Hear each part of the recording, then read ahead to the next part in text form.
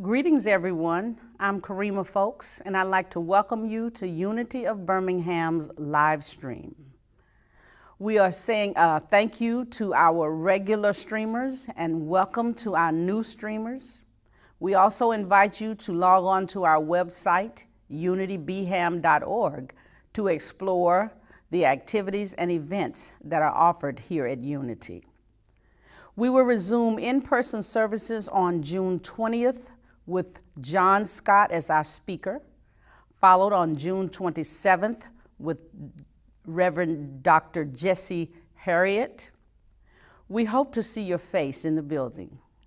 Today's message will be delivered to us by the awesome Brian Perry, who is a singer, songwriter, author, speaker, copywriter, and that guy who writes on his car.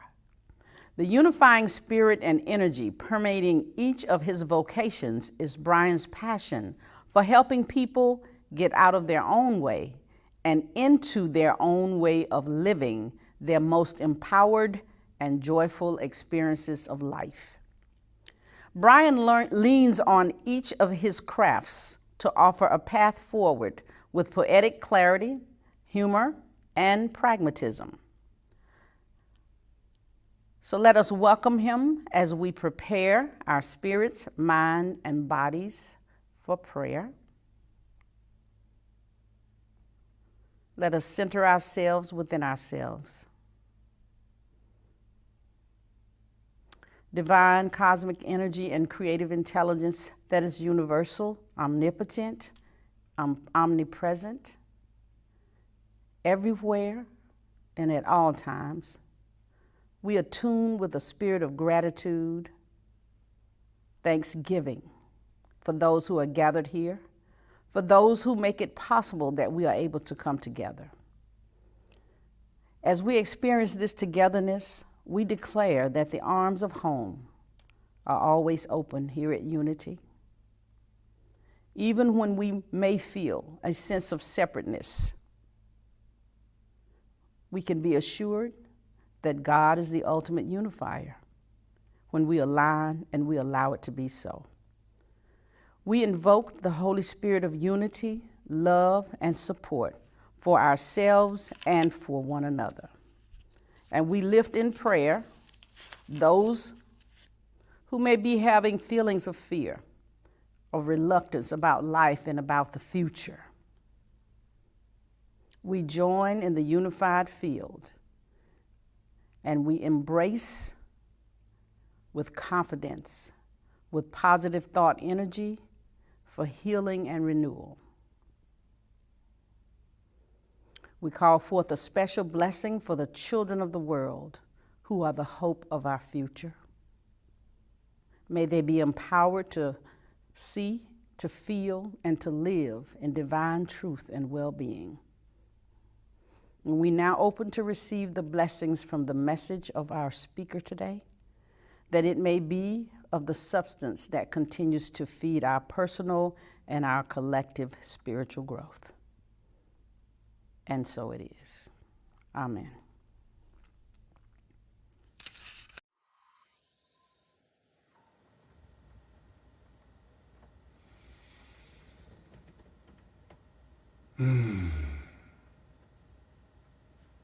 Good morning. Let's start here. I keep looking outside of me. I keep reaching for a fantasy. I keep thinking that what I need is somewhere out there down the road. I keep knocking on every door. Keep searching for something more. I keep thinking someone's holding out on me, holding out on me. Now I'm so weary, not much left in me. I think I need a better plan. If I can be here now, I can be grateful. I can be grateful just to be breathing in and out. I can be grateful. I can be grateful. I'll probably never win the lottery. I might not even lead the life I thought that I would lead, but I can be here now. Now I can dream. Now my heart beats. Now my soul needs nothing at all. So let me be here now, where I can be grateful. I can be grateful just to be breathing in their hold. I can be grateful. I can be grateful if I can be.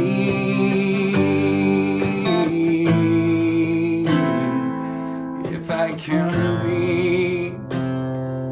If I can be here now, and now, now, now, now. Stop looking outside of me. Stop reaching for a fantasy and be here now. Be here now. And now. Yeah. So let's be here now. I'm gonna set my guitar aside and we'll dig into our conversation today.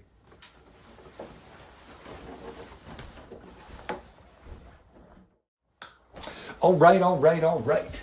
Let's dig in, shall we? Good morning, good afternoon, good evening, whenever you're watching. Good. If we haven't met yet, my name is Brian. Nice to meet you. It is such an honor and a pleasure to be back virtually serving the Unity of Birmingham community. And I'm super excited for y'all that you're reopening later this month. Grand reopening. I hope the cleanup day went well yesterday. And I want to thank you right up front for the privilege of your time. As ever, I like to do my best to honor that privilege by offering perspectives and tools over the next 20 minutes or so that you can start using in your life right now to change and elevate the experience of your life and your relationship with our principal topic today, which is consciousness. So the title of the talk today, or the title that I'm working toward anyway, is Symptoms of the Cure, which is really an exploration of how we can take our relationship, our faith in consciousness, and with gentle practice, turn the destination into the journey, into the destination, to recognize that that gap between whatever experience of life that you're having and the one you'd like to be having, it just might be smaller than you think, with a little bit of gentle practice. One of the things you'll notice in the songs that I'm sharing today, I shared one, I'll share another after the talk, is it gives us a theme around kind of directing us to the now and the gifts of the now, and how that really can be the end of our suffering if we show up there. And there's a reason for that. This talk emerged from a conversation I was having with Lulu. And by the way, if you haven't had a good conversation or a long conversation with Lulu yet, you should seek that out. She's an extraordinary woman, and I always love talking with her. But we were talking about the theme for June, and perhaps she was kind of working through where she'd like to offer the theme and where you guys might want to take the theme for June. And what was coming up most was, hey, let's explore this, the central theme, which is consciousness. That we come together in a community like this principally to increase your connection with consciousness, with God, with the universe by any name.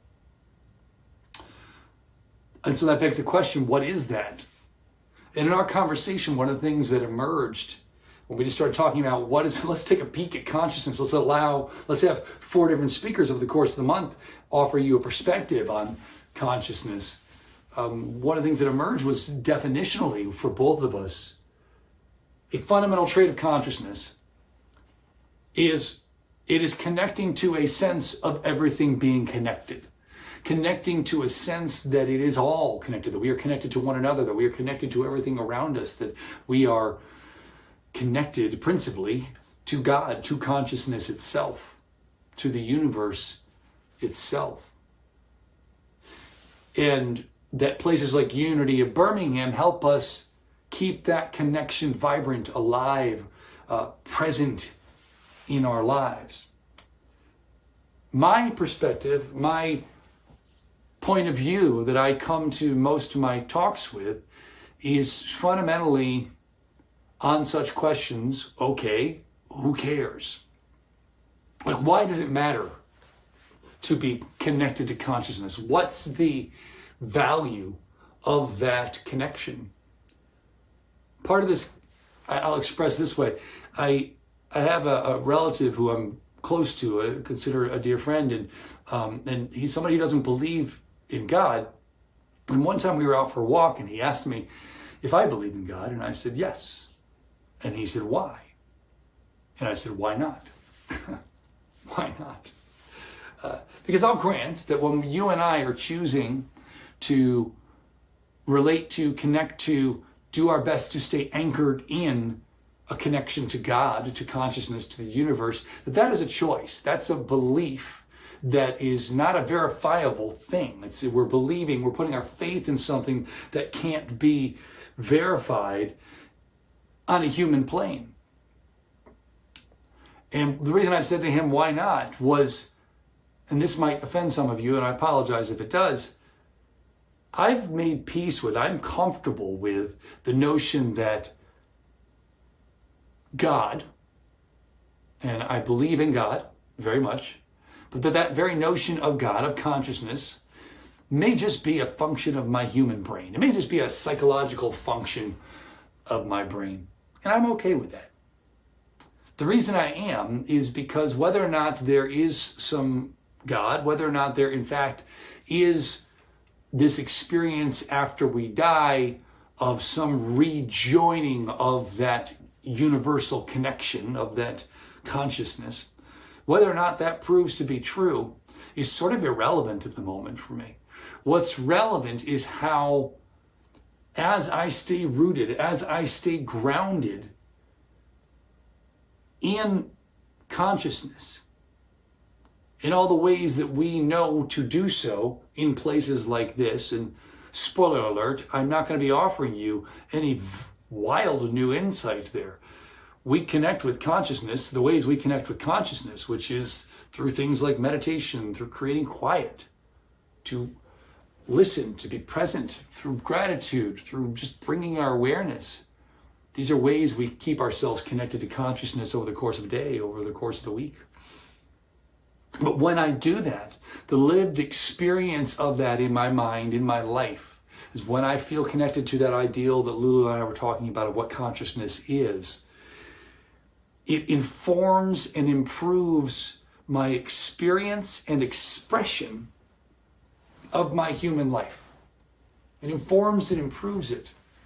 And in many ways, it is a directive to living a more elevated life. The very fact of connecting to and believing in and putting my faith in consciousness is a directive, a call to a higher version of myself. What does that look like? Let me put this like this. I had this guy I know, Larry's his name, an acquaintance of mine. You don't need to know his name, but there you go, Larry. And Larry has a friend who is, Larry's evangelical Christian. And he had a friend that approached him and said, hey, look, I want to know more about this God thing. I think I'd like to have a relationship with God. How does that work? Can we get together for coffee? And they did. They get together for coffee, and Larry's sitting across from this guy, and the guy says, okay, now break it down for me. I want to have a relationship with God. What do I need to do? What does it look like? I mean, specifically. I mean, I know there's prayer, but are there specific prayers that I have to say? And if so, how often do I have to say them? Do I have to be on my knees? Or can I do that in my car? Like, what's the math here? How do I do a relationship to God? To check that box to say, I have a relationship with God. Now, Larry showed more self-restraint in this moment than I feel like I would have. Like you, probably, you may be giggling right now. I think I would have giggled a little bit, which may have made him feel a little mocked. But Larry instead says, good question. Let me put it to you like this. You want to have a relationship with God. Do more than zero. Do more than zero. This insight for me is transformational in so many areas of my life where I'm looking to make a change, that I'm resistant to that change. Do more than zero, and then get up the next day and do more than zero again. Well, what is that more than zero fundamentally? Well, in communities like this, we believe that attaching ourselves, identifying ourselves with consciousness is fundamentally a choice between love and fear. Love being of consciousness, fear being separating ourselves from, disconnecting ourselves from. And of course, in Miracles talks about a miracle being a shift in perspective. And so we try to live into miracles by shifting our perspective to love with every turn, with every change, and making love foundationally how we approach the world. That's the lived experience, the active lived experience in our lives is choosing love, that WWLD, if you will. What would love do? Which you can put the J in there if you like, WWJD, because honestly, every figurehead of any major religion, in some form or another, calls people to this, to love as the central tenet for how you live your life. Even the golden rule, do unto others as you would have them do unto you. That's not a way of saying, so, if you really want to treat others like crud, what you do is just treat yourself like crud, and then you're free to treat them like crud. No, it's do unto others as you would have them do unto you as a directive, encouraging us to love ourselves, to claim that power to love ourselves and enter the world as love. The reason I'm saying all this is I love how as I connect with and make foundational over the course of a day, continuing to dial myself into consciousness, to the sense of my connection to everything, it isn't just a source of comfort, though certainly having a faith in God is a source of comfort. It's also a source of power. It is directing us to our power to choose that love over fear. I'll put it a different way. One of my favorite New Thought teachers is Louise Hay. In her book, You Can Heal Your Life, is transformational for me. And she lays out some basic philosophy, basic elements of her philosophy in the front of her book.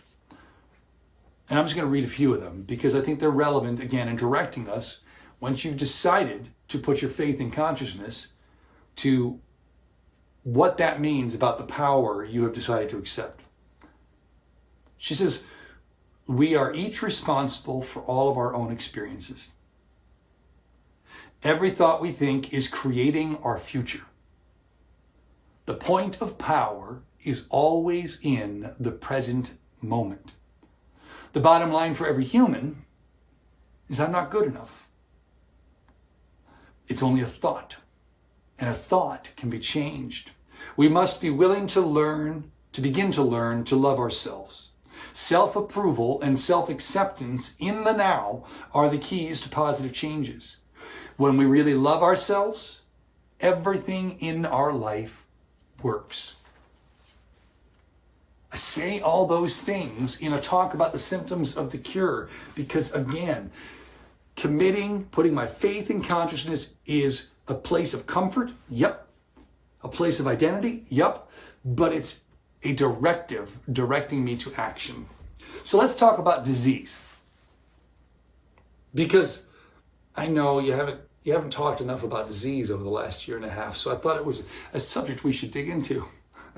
And you definitely haven't seen enough shots going to arms. You definitely need to see more of that.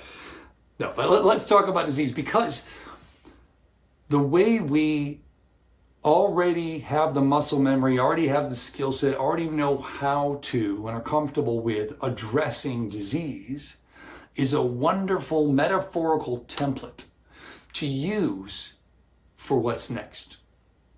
Walk with me here. What happens when you get sick? If you're like me, at first you resist going to the doctor. And then finally you go to the doctor. What happens when you get to the doctor? Well, she says, what you got going on? And you go through a bunch of different things. I'm dealing with A, I'm dealing with B, I'm really uncomfortable with C, D is a challenge. You start listing out the things that are uncomfortable, right? The things that are the symptoms that you're experiencing that have caused you to come to the doctor. And what does the doctor do? The doctor listens deeply, asks more to learn more about each of those symptoms where she needs to, and then ultimately, it's really kind of just math. She uses her knowledge and experience and goes, all right, well, A plus B equals C. These symptoms add up to this disease. That's how that works, right? Great. So we can take that same process, which we're comfortable with and we know well, and we can reverse engineer it. We can take the cure, metaphorically speaking, and reverse engineer it.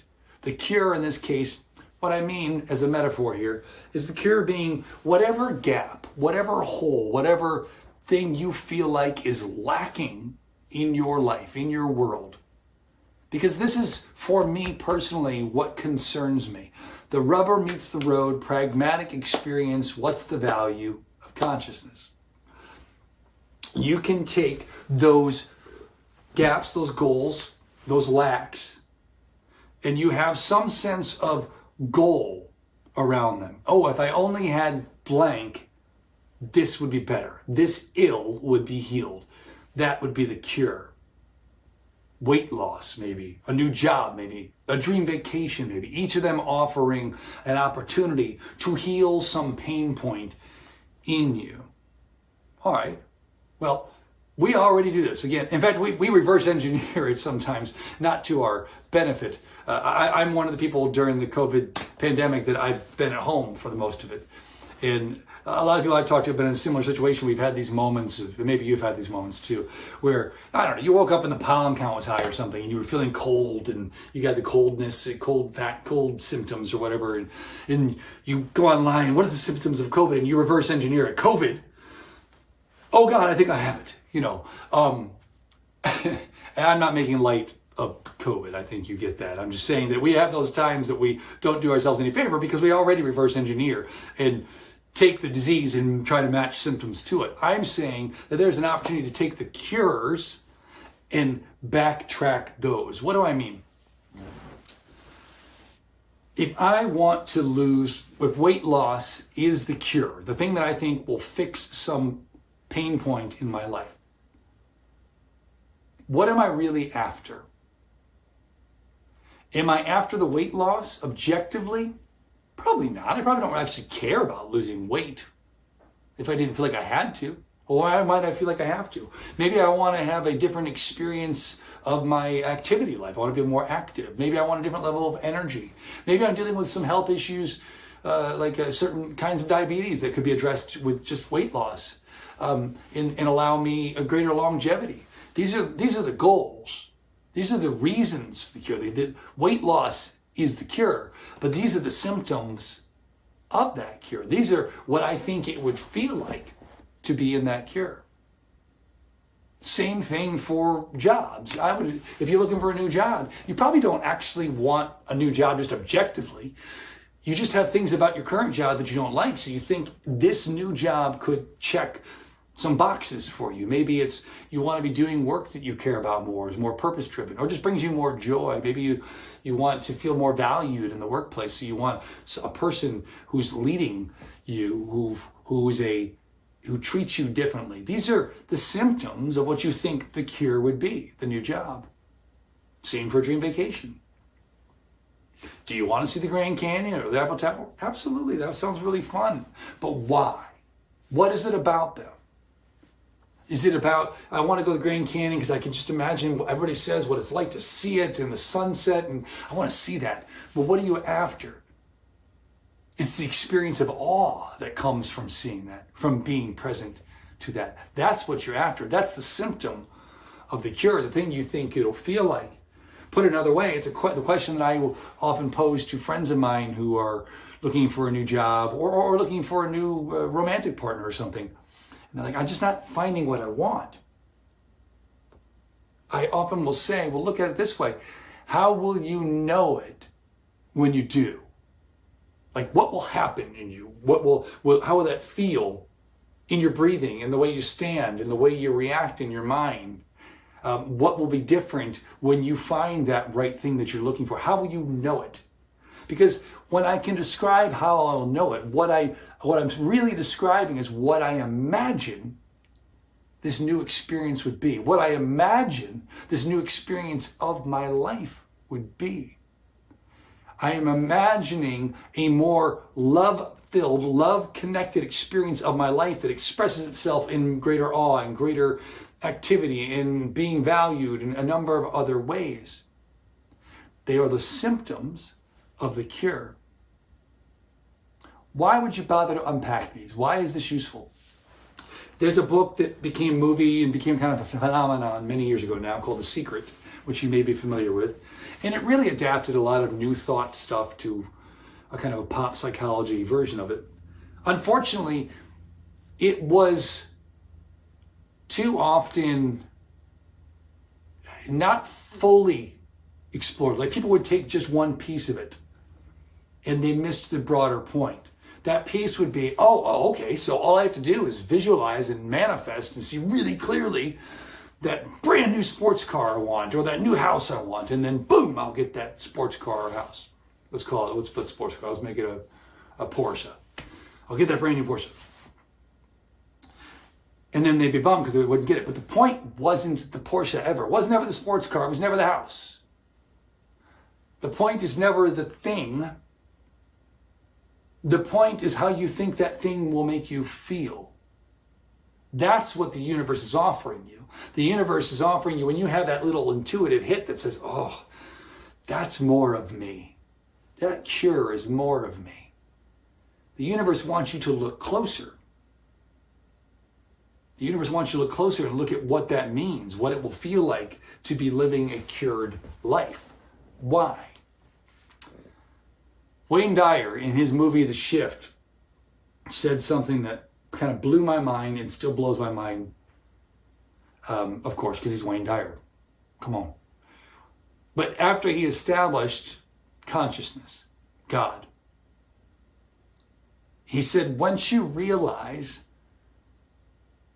the scope of consciousness of God, once you realize that all things are connected, you begin to realize that that thing you feel like you really want, that you lack, that's way out there, you are in fact connected to. And that it's not that you have to find it. It's all that's left for you to do is simply call it forth into your present experience of your life. So what I'm suggesting to you today, that as I feel that intuitive hit guiding me in my practices of consciousness, through my awareness, through my gratitude, through all these things that I'm doing, and I feel opened up to, I've identified this pain point, this hole, this gap, this lack, and I'm searching for what's new. And so I ask myself, how will I know it when I see it and identify that cure, what I'm looking for? I unpack that cure backwards. All right, great. This is what I want. What would it feel like to have it? And when I identify factors like I talked about earlier, like a sense of adventure and awe that will come from the dream vacation, I am now empowered in this moment because I know I'm connected to all, to not only just continue working toward the actual physical experience of standing on top of the Eiffel Tower, but in the meantime, to call forth that experience into my lived life, to call forth that experience by seeking out where adventure and awe are offering themselves to me now, right where I am. And in so doing, even as I make my way to the physical experience of that cure, of that goal, I begin to experience what it will feel like to be there. I begin to call forth the experience of that arrival long before I ever pass through that destination. And in so doing, in the job setting. I start to create more opportunities for myself in and out of work, to lean into things that bring me joy, to notice the things that bring me joy and offer them gratitude. I begin to seek out opportunities in my relationships to give voice to where I'm not feeling valued so that I can become more valued. And on, you see? And it comes from that same process you use in the doctor's office, where you offer symptoms so they can identify the disease. In this case, you're the doctor. You're the one who has the sense, because of your relationship with consciousness, of what would be a cure for you in your life, of what would heal that gap, that lack. And with that sense of knowledge, you can unpack it and start living into it right now with how you approach your life. One last piece about your power here. Because again, I believe a relationship with consciousness is directing you to comfort, offering you comfort, but also directing you to power. In the same way that sort of the Greek Stoics alluded to it, that we're not stirred by things, but by the view we take of them. In that your power is in your response to it. The same way that I've used the hula hoop before to define the interior of a hula hoop being roughly your sphere of experience and influence in life. Over the course of the last year and a half, I've done a lot of good things at home. I've also done a lot of binge watching. And one of the shows that's been kind of a guilty pleasure for me is Blue Bloods. I binge watched. And guilty pleasure only because that's not a great show. But I love how the characters in the show fundamentally are people that are endeavoring to live lives of character and integrity and to be a source of positive change in the world. And if you're not familiar with it, it's a show that centers around a law enforcement family in New York, the patriarch of which is Tom Selleck, who's the police commissioner, Frank Reagan. So let's say this. There's a couple quotes he shared. Well, there's a couple quotes in the show that I really adore for what we're talking about here. One was, he was sitting down with an adversary of his for whom he had just done a favor that she was unaware of, and he was letting her know. She was kind of grumpy about it because they're adversaries. And she said, "Oh, so you pulled a string." And he looked at her and he went, "I am the string." And I feel like that God wants us to get that you and I are the string. That if we are connected to all things, if we are part of God, then our journey on this earth is one of immense power, one of immense ability to live into those love versus fear choices magnificently. And the other quote I wanted to share finally is from a gentleman that they used on the show, is from a gentleman named Edward Everett Hale, who was an American author and Unitarian clergyman, And he said, "I am only one, but still, I am one. I cannot do everything, but still, I can do something. And because I cannot do everything, I will not refuse to do the something that I can do. Because I cannot do everything, I will not refuse to do the something that I can do." Fundamentally, that's what I'm directing us to today. There's so much of life we have no control over. There's only one place our control lives, which is here. And when we are choosing to be rooted in consciousness, when we are choosing to put our faith in consciousness, in the sense that we are all connected, we are being directed to own our power in our choices. We are being directed that our pain points in our lives are not something we are at the mercy of, but rather, even though we cannot do everything around them, we can do something. And consciousness directs us to not turn our backs on the something we can do.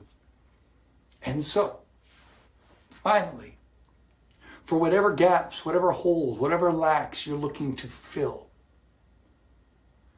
look at whatever longed for cure, whatever longed for solution you have, and back it up.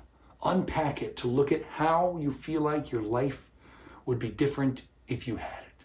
And even as you work as your human self to get there, begin to pull in some of those qualities, some of those senses of how you will experience life into how you approach your life now, with gentle practice.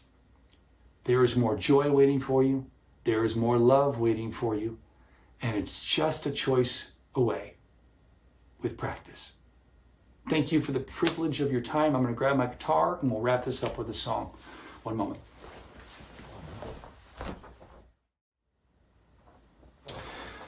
Well, this has been such a gift. I hope that you found something waiting for you, some kind of gift waiting for you in our time together.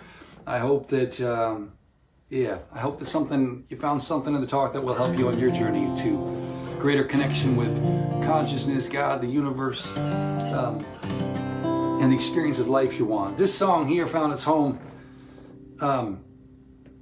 during a time when I caught myself struggling under this illusion that there was something out there that would make it all okay. It was one of those days. Hell, it was one of those years. The only thing you know for sure is you're sure of nothing anymore. It was one of those times, tripping over the line, throwing flares into an empty sky, lost and wondering how you got so left behind. I have walked 10,000 miles, I have run into the wild, 'cause I thought it might show me, I thought I might know me. I have crawled the desert wide, and I have braved the ocean tide. Like there's something for me to find. That got me thinking about Dorothy, spinning around on her bed frame, crashed down in a foreign land, putting her faith in a tin man. That got me thinking that I might be setting my sights by some hollow things, one heartbeat from what life could be, one big love from a technicolor dream. I have walked 10,000 miles, I have run into the wild, 'cause I thought it might show me, yes, I thought I might know me. I have crawled the desert wide, and I have braved the ocean tide. Like there's something for me to find. Down on my knees and I'm begging you, please show me a way not to have all this need. A light in the dark, and maybe just a spark in my heart. And you say, you're so damn stubborn, you can't see, that's what you are. So you keep walking, 10,000 miles to run into the wild, crawling the desert wide and braving the ocean tide. You keep climbing the mountains high, you keep searching across the sky, you keep passing you on by, you keep passing you on by. Like there's something for you, something for you. Like there's something for you to find. Like there's something for you. Like there's something out there just waiting for you. Like there's something you need to find. Thank you, thank you, thank you, thank you, thank you. I hope to cross paths with you all someday soon. Thank you for the privilege of your time. Be super good to each other. Much love.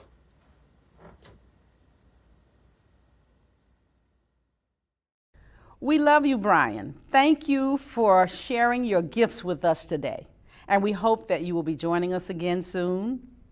And we thank each of you for joining us today and hope to see you in person on June 20th as we resume our in-person services at 11 a.m. with Reverend John Scott on June 20th and Reverend Dr. Jesse Harriet on June 27th.